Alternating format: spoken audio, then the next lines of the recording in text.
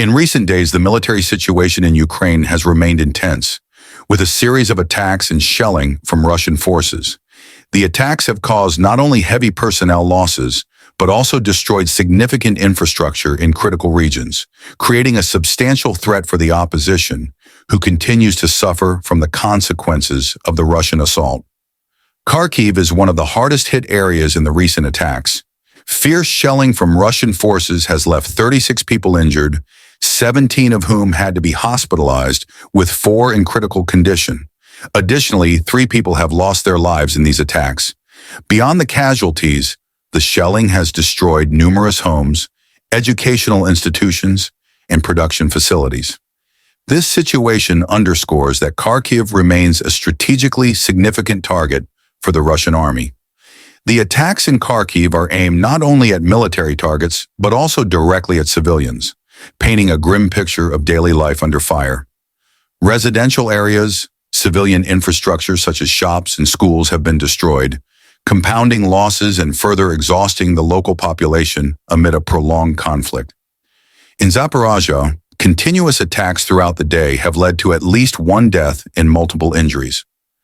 Among the 7 people injured in the night shelling, 2 are in critical condition, including a woman. Notably, 2 children have sustained severe injuries and are currently undergoing surgery. Russian forces have carried out 397 attacks in areas across Zaporozhye, with 202 reports of home and infrastructure destruction recorded. These attacks reflect the Russian military's comprehensive destruction strategy, targeting both residential areas and essential infrastructure. Large-scale shelling not only applies psychological pressure, but also erodes the region's recovery capabilities, making Zaporozhye one of the most grueling battlegrounds in the conflict. In Kherson, the situation is equally tense, with a series of drone attacks and shelling. In the morning, a Russian UAV attack injured a 57-year-old local resident. Over the day, 1 person was killed, and 18 others were injured due to Russian attacks. These strikes targeted vital infrastructure, including banks, office buildings, educational and healthcare facilities, as well as the gas pipeline system and transportation structures. Kherson is a crucial strategic area, not only because of its geographical position, but also for its connectivity to essential transport routes. Russia continues to maintain attacks on this region, aiming to destroy infrastructure and disrupt Ukraine's recovery efforts. In the Mykolaiv region, a drone attack involving an FPV UAV hit a car, injuring both the driver and a passenger, with a 63-year-old woman sustaining serious injuries.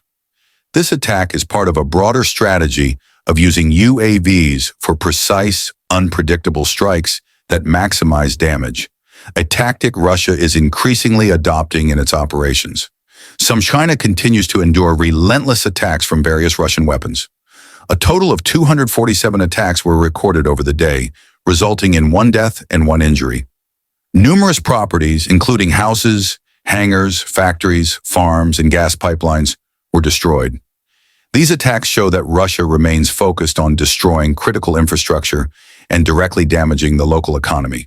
In Donetsk, the Russian military continues to launch intense shelling, leaving 3 people dead and 5 injured. A total of 28 shelling incidents were reported just yesterday, reflecting an escalation in military operations in this region.